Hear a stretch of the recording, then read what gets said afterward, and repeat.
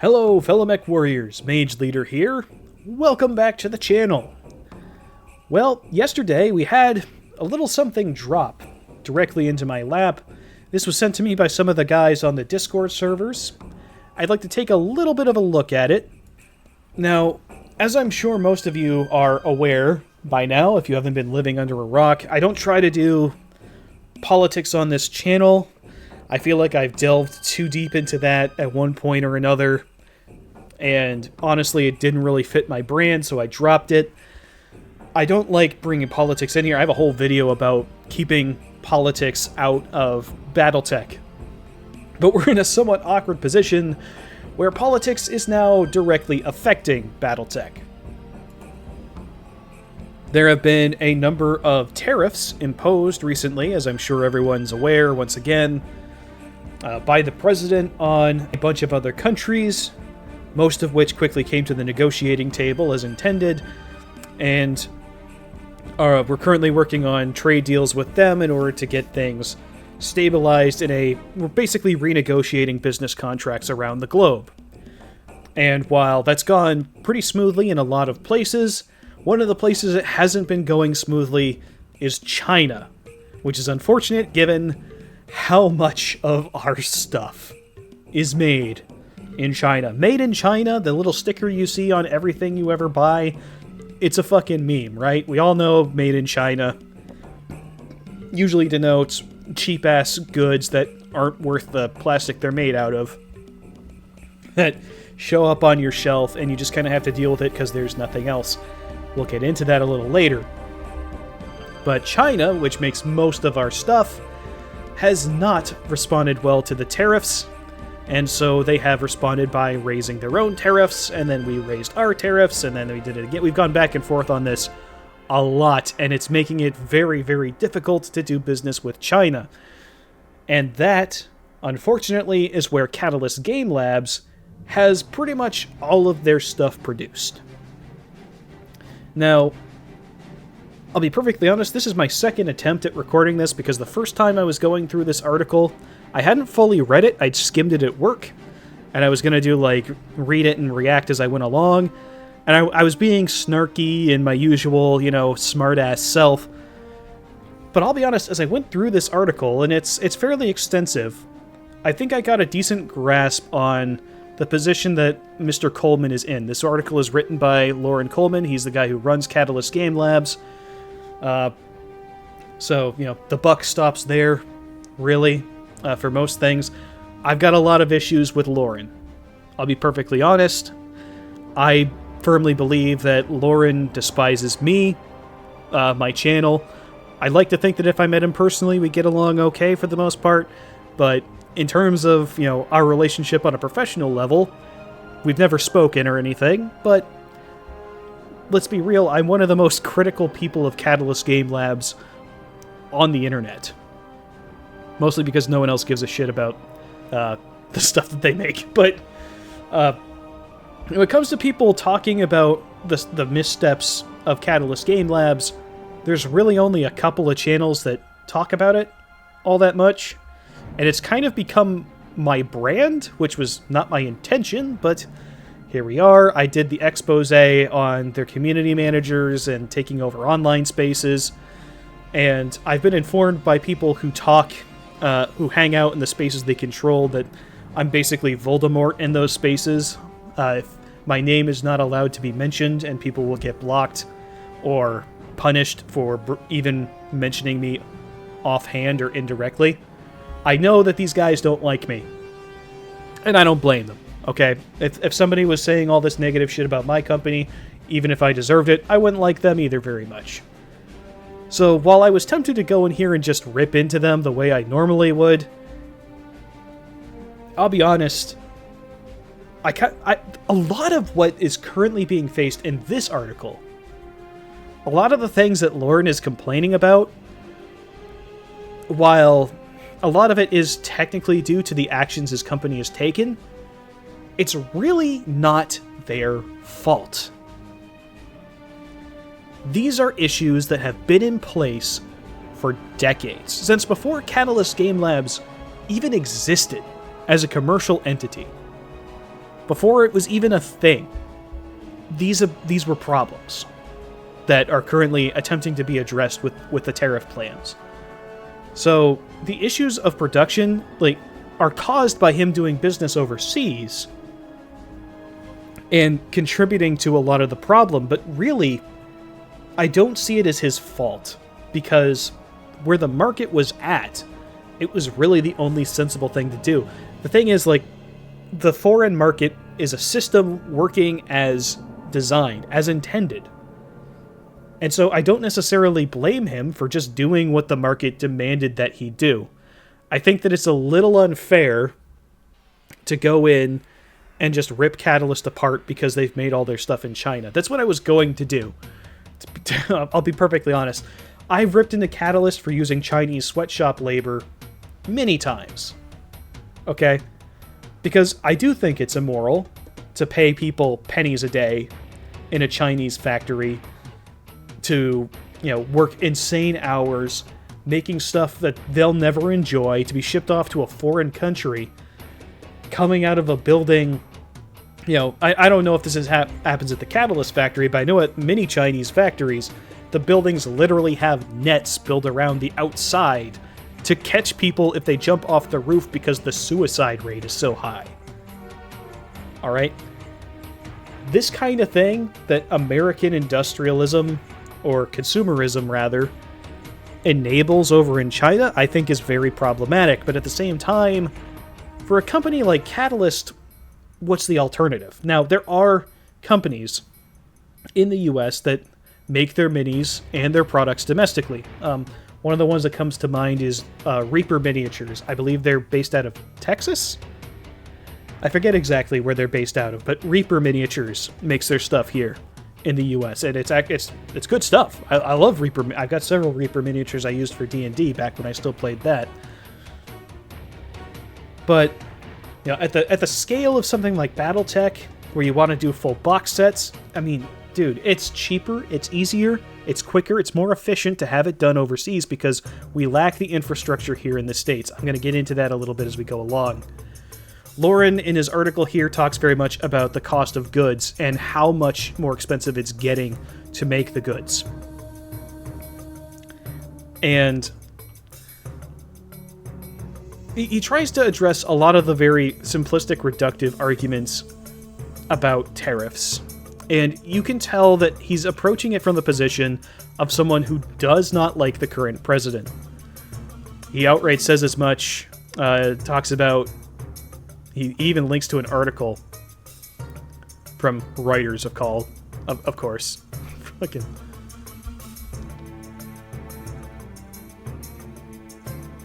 From way back in 2016, little smear piece about Trump dodging taxes. Which, I mean, if you're a businessman, Loren, you honestly telling me that you've never tried to get a tax cut somewhere?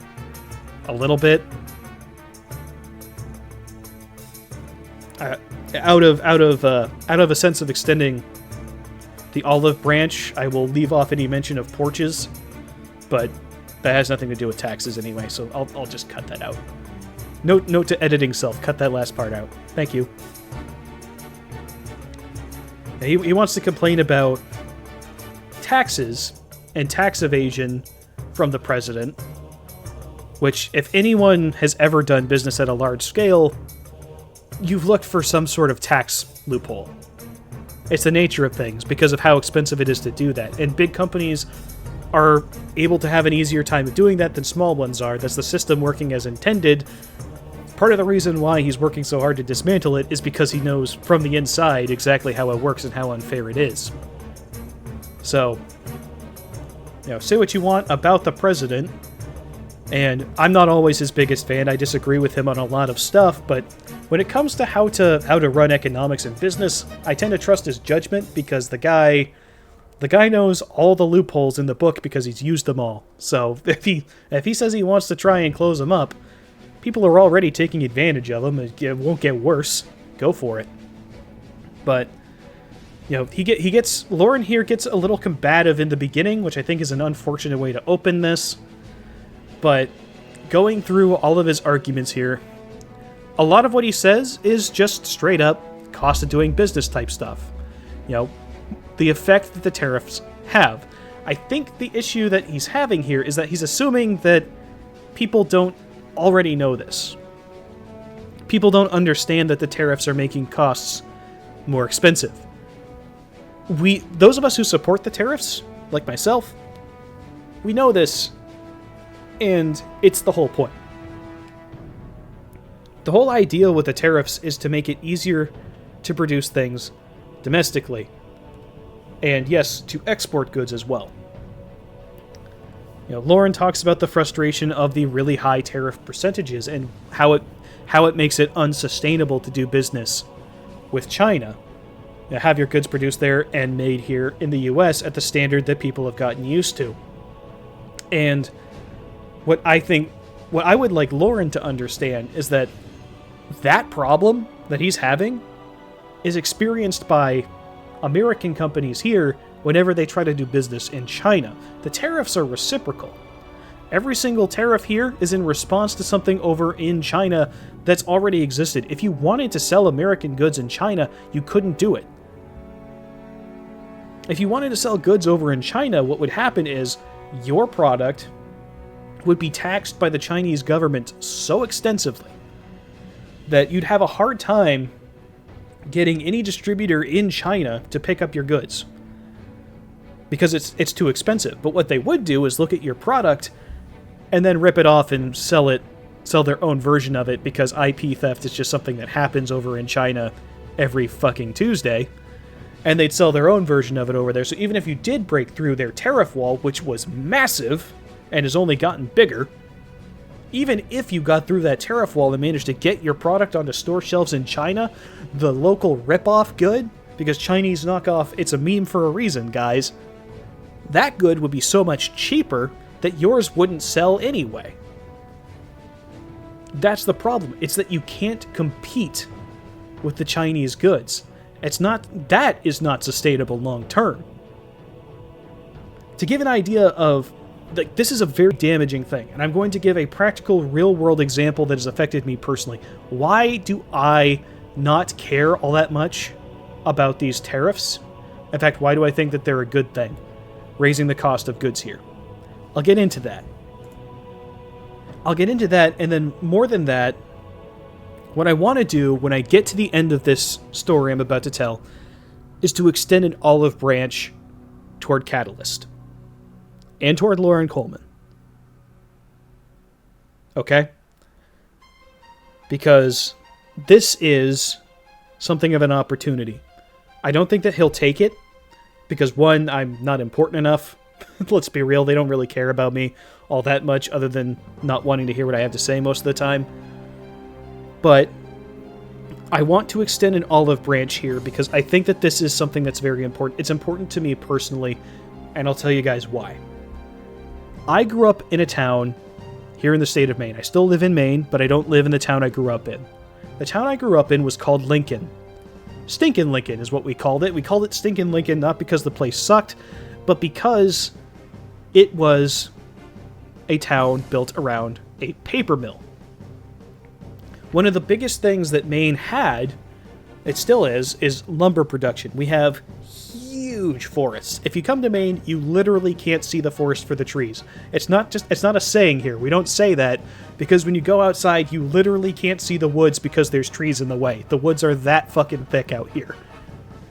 So, getting trees cut down, and then things that are made from lumber, like paper, were also massive exports. Lincoln was a paper mill town.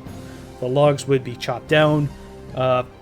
Further north, they'd be brought in on the rails. They used to float them down the river back in the day, but they bring them in on trains. When I was a kid, I used to my grandparents' house was near the tracks. I'd hang out at their house. When the train was going by, I'd sprint for the train tracks and watch the trains go by, hauling just tons and tons of logs. Logging trucks would constantly be coming through town all the time. I lived at the top of a hill, so every time they come by, they'd throw on their engine brakes and make that brrrt noise going down the hill.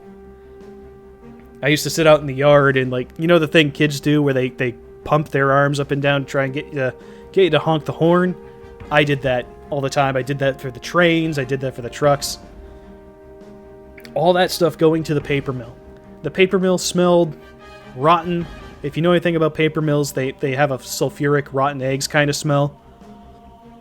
But we didn't mind, because like the people who worked at the mill were good, honest, hardworking people. They were just like you, right? These guys, they go to the mill in the morning, they'd work there all day, they'd come out at the end of the shift, there'd be a traffic jam, they'd all go home. These were the people in our community that I grew up around. Just normal, blue-collar guys who made decent money going to the mill. They all had retirement benefits and packages and all that other stuff. Well, when I was about, I want to say 9 years old or so, the mill shut down. Now, it shut down for a number of reasons. A big one was mismanagement, but the primary reason, and the thing that killed mills across the rest of the state as well, was that all the paper got shipped off to China, because China could make paper far cheaper than we could, because they weren't paying benefits to their workers. They didn't have 401ks or any of that other stuff that they enjoyed over there. They didn't have 40-hour work weeks. They had, 80-hour work weeks, or whatever the fuck. How many hours are in a week? I don't actually remember off the top of my head. Long-ass work weeks over there in China, because they don't give a shit about individual rights for people over in China, because they're a collectivist communist society. So the goods could be produced very cheaply in China, and NAFTA was giving them all kinds of preferential treatment. So they had massive tariffs on us, and we had virtually no tariffs on them. So companies here in the States that relied on stuff that Lincoln Paper and Tissue produced no longer needed their services because they could get cheaper stuff from China. So all the customers dried up, and that mill shut down. Tons of people out of a job. Tons of them. Hundreds out of a job. That was the lifeblood of that town. It was a small, tight-knit community of people who all knew that the town was built around the mill, and it was a point of pride. People said Stinkin' Lincoln as an insult. We wore it as a badge of honor, Yankee Doodle style, We were proud of our paper mill. It wasn't a terrible place to work. I mean, you came home smelling like rotten eggs, but a shower would fix that, It had virtually no crime, virtually no homelessness. It was just a nice little town. Up in the northern part on a lake, we'd all go out boating or swimming. Not a care in the world. The amount of shift I watched in that town as it switched over from manufacturing, because they weren't producing things anymore, to an economy built on service industries and tourism. That's all that Lincoln is now. If you live in Lincoln, you are essentially a serf for the tourist class. You either work at the Walmart there, or the McDonald's, or the Dunkin' Donuts, or the Martins. You work at one of those stores or restaurants, and you cater to a demographic of outsiders who come in from other states or from other countries just to look at the things that you see every day and take pictures of it. The guys I went to school with, my best friends from high school, very few of them have amounted to anything. My best friend works at a Walmart in Bangor now. He's been there for years. He hasn't been able to move up because the way those companies are set up is to actually keep you from moving up. I know, I did my time in retail. I know how that shit works. But that's what he does now. All my friends, they've either had their lives ruined by drugs, because meth moved into that community in a huge way to fill up that gap. Suddenly, you had a bunch of people leaving the town because there was no work. So you had a bunch of vacant houses. They were bought up either by BlackRock or they were left sitting abandoned, and then vagrants moved in and started using them as meth labs. And so meth and fentanyl started flowing around in that town. There's all kinds of problems with that town now that weren't there before. A house that used to have a decent family living in it burned down because a meth lab caught fire. It's not the only time it's happened. That community is completely different, and it's far worse off. all because the work that was there got shipped off to China. I don't live in that town anymore. I can't live in that town anymore. There's no work. There's nothing to do there. I could work at Walmart for the rest of my life if I wanted to. Or I could learn to be a car mechanic and work at Napa. Or just be a counter guy at Napa selling parts. I don't know jack shit about cars, but I could have done that, I guess. And then, or I could have gotten a job working for Chinbro, a giant construction company, and been shipped all over the place building stuff. And that's basically be my options. Some kind of service job like that, or working for a giant company that happened to have a storefront there, or a presence there. So, there's no reason for me to live in Lincoln. So, the reason I lived there before is because my father was actually a very important part of it. He's a pastor there. But he had to move out because the people, the church dried up. It was already an older population of mostly retired people, but the few young people that were there were no opportunities in Lincoln. They all left. We had an aging and rapidly, alarmingly quickly dying population of elderly people in the church. Well, a pastor makes his money from the tithes and offerings of the congregation, so as your congregation gets smaller, so does your paycheck. Because all that stuff is, that's brought up at business meetings when they need to determine the budget. Because the budget isn't fixed. You don't have a necessarily dependable income when you're running a church. So we had to move. Now I live way further south in a part of the state that I still don't vibe with, to be perfectly honest. I don't know anybody here. I didn't grow up here. I don't know any of the people here. I don't have friends here. My friends are all way up north. I went to college in another state because UMA is such a fucking joke.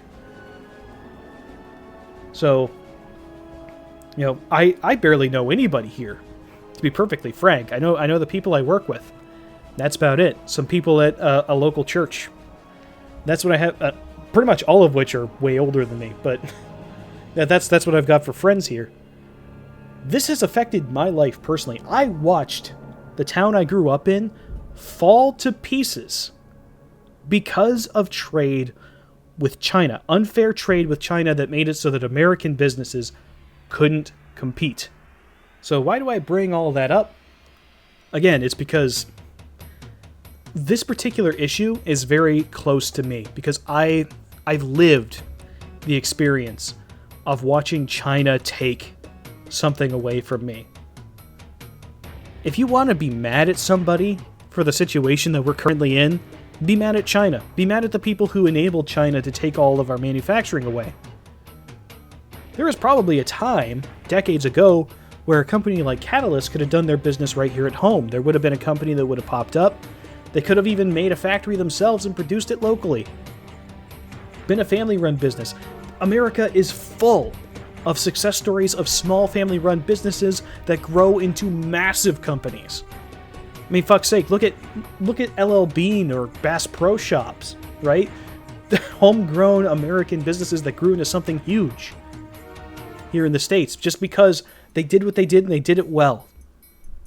And because the market of the time allowed them to grow that way. This is why I say it's not really Catalyst's fault necessarily. When they came in, the market was already rigged. What were they going to do? Were they going to look for a domestic producer? When you could just go overseas to China? China, who's been making injection molded plastic for the past 30 fucking years at a way cheaper cost because they've basically broken into the American market with cheap-ass injection molded plastic bullshit? Of course China's going to have tons and tons of plastic factories that are more than capable of producing battle mechs at a competitive, if not outright cheaper cost than producing it here. I guarantee you they didn't even think, when they formed this company, of producing their mechs here in the States. I mean, they might have, but the choice would have been clear. If you're looking at from an objective business perspective, of course they'd want to go over and get their stuff made in China. It's so much damn cheaper. It's better over there. It gets shipped over here. You don't have to worry about it nearly as much. Sure, there's some headaches with shipping, but you'd be stupid to try and do it domestically. Domestically, we don't have the infrastructure to do what they want. He goes into detail about it. Loren does in the article here. he talks about domestic production, and he talks specifically about how companies here in the States wouldn't be able to give the same quality of goods that come out of China because we don't have the infrastructure. The reason we don't have the infrastructure is because all the demand is gone. The demand has gone over to China. That's specifically what the tariffs are meant to address. There's a part here in the article that I want to highlight. This is where my olive branch comes out toward Catalyst, because Catalyst and I have had our differences, but I don't expect that this will be accepted in any way, but I'm going to put it out there regardless. So he talks here in the domestic production part of this article, mostly just saying that they're not considering it, and here's why, but we'll glaze over that for now. So,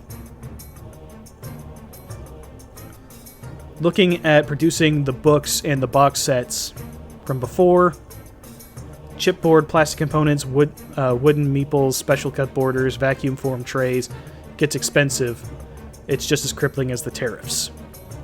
So, his final answer, if gamers are fine with their RPG books and card games all having simplified production quality and with greater delays than current releases, these items may be possible but would still involve a price hike. So, I do not speak for all gamers. I can't speak for all gamers. I can only speak for myself. But what I will say here is that if that is what Catalyst did, if they switched over to domestic production and made things that were lower quality and, took longer to get out and were more expensive, if they were doing that specifically because they wanted to produce things domestically and they were supporting perhaps a new factory popping up or American-run businesses, I would absolutely be willing to support that. I would start buying Catalyst product again. Now, I've made a big deal about not doing business with companies that hate you. And I do believe that Catalyst, at least many of Catalyst employees do hate me. And I do believe that the ideology that's infected that company is toxic. It's anti-American. It's anti-consumer. It's anti-human in a lot of cases. But I am willing to put all of that aside because I care about my country's future and the ability to produce goods here in the US and provide jobs for American families and decent communities for American kids to grow up in, like what I enjoyed for most of my childhood. If I could provide that for every other American by paying extra at the game store, I'd do it in a heartbeat because, frankly, the price is going to go up regardless with things like inflation and definitely with the tariffs. If it goes up because you're producing it domestically instead, I will pay the extra price gladly. I will support Catalyst doing that. I will start buying their products again. And I can't speak for everyone else because for a lot of people, they've pissed them off so thoroughly with their different practices that they're never going to do business with them again. I can only speak for myself on this. And I know a lot of people will probably disagree with me for saying this, but this is my position. If Catalyst starts doing their production in the US and supporting American businesses, I'll buy their products. I think that it's a bigger deal to me. I am willing to put differences aside on other issues for another day. Maybe once things are established a bit more and it becomes more normalized and we start, running into our old stomping grounds again of the issues we've had with each other, that might change. But through the difficult transition period of going over to American production, I would support them. That's where I'm at. Because this is a big issue to me personally. I have lived the effects of unfair Chinese trade. I have seen firsthand what it does to American communities, what it did to my fucking community. And trying to get that reversed so that my kids can grow up with the same kind of safe neighborhood that I had when I was growing up, dude, my state's fucking unrecognizable. This is a place that never had crime. You understand? Crime wasn't a thing. There are places where I still don't lock my car doors. I don't need to. Nobody's gonna break in. This is Maine. We don't have a crime rate. But like a year ago, we had a mass shooting. That doesn't happen here. We have drugs flowing in. We have illegals flowing in like crazy. You can't walk through Lewiston at night. Lewiston was always kind of the dirty town, but it's straight up unsafe now. You go to Lewiston and you're in active danger in places, especially after dark. You go to the Walmart over there, they lock up the fucking Lego sets. People are stealing the Lego sets from the Walmart. That's not what I grew up in. We never had to do shit like that. But if you bring business back to a community, you bring decent, hardworking families back in, all of that starts to shift. You start making it easier to get police departments funded better. You make it easier to get criminals put away. You make it harder for them to operate because it's the broken window approach, right? To actually like enforcing law. This is something I learned about when I was actually taking criminal justice. Take it with a grain of salt because I never finished college, but that's what I was initially going there for. But as a community becomes more solid, and if it's actually built around something, then the crime rates go down. The towns get safer. This is something... You go to Lewiston now, and what Lewiston looks like, it's a bunch of empty factories. Most of them have been turned into storefronts and restaurants now, but there's these giant brick buildings. The whole town, practically, is made up of these old brick buildings, and they used to be factories and mills. And prestigious places, too. The place I work at now used to be in one of those factories there. They still, they made primarily bedspreads, and they still do. But like these are bedspreads that would be in the White House. Like the president would have some of these blankets and sheets in rooms in the White House. Like that's how quality the product was, made right there. In that I could point to the exact building that those things were made in. And now there's a restaurant in the bottom floor, and the upper floor, all the windows are broken, and the roof's caving in. It's...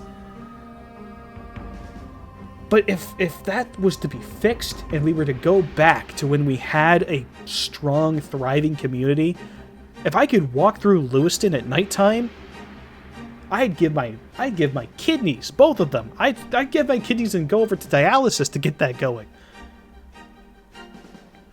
So if promoting American business means paying more for minis, I will start giving them my business again.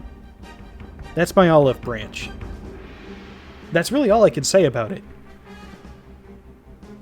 I understand why Loren is frustrated. If I was running a business like this, I'd be it's a tight spot to be in. It really is. And I don't approve of the way that he's framed this as being a specifically political issue caused by the other side.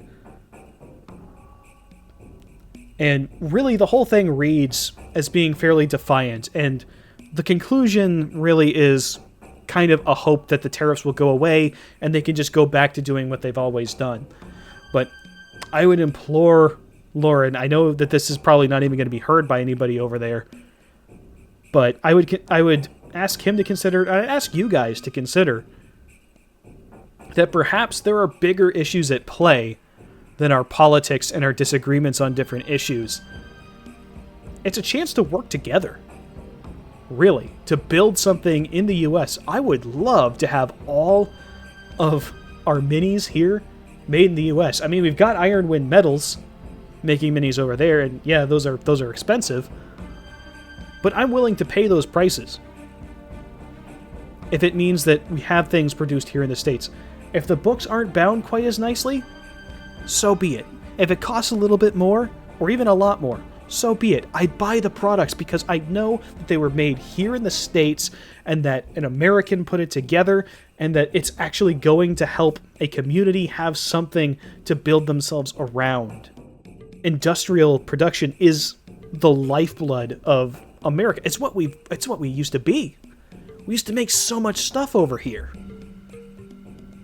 And, you know, we look at factory work now as beneath us, which I think is a shame, because there's pride to making something and making it well, making something that other people can enjoy. There's a hell of a lot more pride in that than there is in standing behind a fucking cash register at Target for the rest of your life, or at Harbor Freight, which is where I worked, selling Chinese tools, because everything at Harbor Freight is made in fucking China. That's why it's so cheap. Fuck me, right? Like, their whole business model is based on getting cheap shit from China to sell at a cheaper price than it is on the rest of the American market. They built their whole business off of that. I used to work there. Oh my god. But honestly, there's more dignity if you're working class. There's more dignity in making something that your fellow Americans enjoy than there is in just taking something made from China, throwing it through a barcode scanner, handing it to them, and then taking their cash. It's more satisfying. It's better work. I do it now. I work in a factory now. I wouldn't give it up to go back to Harbor Freight, would you? I say would you like everybody works in a factory. But, like, it's a point of pride when things are made here. It's good for everybody. There's American businessmen that make money because they're running a business here in the States. That money goes back into the community because people work there. They get paid. We have an employment crisis. So many people are having trouble getting jobs, entry-level jobs. When you talk about, factory work, it's not just sitting there on an assembly line all day. You also learn how to maintain the machines. You get machinist skills. You can learn a trade doing this sort of thing. There's pride to this kind of work. But anyway, that's where I'm going to cut it off, because I've been rambling again, giving personal anecdotes. The main takeaway here is that I would urge you to consider, if Catalyst were to switch to domestic production and make their stuff here, I'd start buying from them again. I don't think they're going to. Okay, let me be clear. I don't think they're going to. But if they did, it'd be a step in a different direction that they wouldn't usually take. I would support them through that because I think that American production is worth putting aside differences for. I'd urge you to look at that as well. Maybe that's not good enough for you, and that's fine. It's your money, after all. Spend it how you like. I've been fairly consistent on that position, but I'd urge you to at least consider it. And if anyone at Catalyst watches this, please, I would gladly pay the extra fee. I would give you guys free publicity again. I'd buy your stuff. I'd paint your minis on my streams. I'd show off pictures on social media. I might even do a giveaway again. I used to do some giveaways of Catalyst product. I'd start buying it at my local store again. Free promotion. Such as it is. I mean, my channel isn't massive, but I do my part. I would put things off to the side for the sake of promoting American business. Absolutely. And I hope that that's at least a consideration at the company, and that you guys aren't just putting your heads down in order to just hope that you're able to go back to China and do things the way you've always done it. The goal of the tariffs is to reinvigorate American production.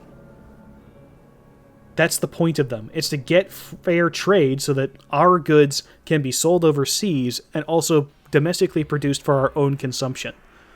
Because we've given away so much stuff to other countries. I grew up in one of the places that was affected by this. I've seen it firsthand. I'd like to get it fixed, and I am willing to put my differences with Catalyst aside in order to promote that sort of thing. Wishful thinking? Probably. But that's the position that I'm in. But the ball is in their court. We'll see how it goes. We'll see how the tariffs go. Maybe the tariffs disappear tomorrow. Nobody knows for sure. Loren's entitled to his opinions on the president and the policies. That's all well and good. His position doesn't really surprise me. But I would urge him, rather than simply play the blame game and try and offload that, this is an opportunity to try something new. And I'd urge him to consider that as a possibility. And I would gladly do whatever I could to help. But that's the end of my rambling. I hope it was somewhat understandable. Thanks everyone who hung around throughout the whole thing. I know I've been going for ages. But that's the end of my talk. And until next time, this is Mage Leader, signing off.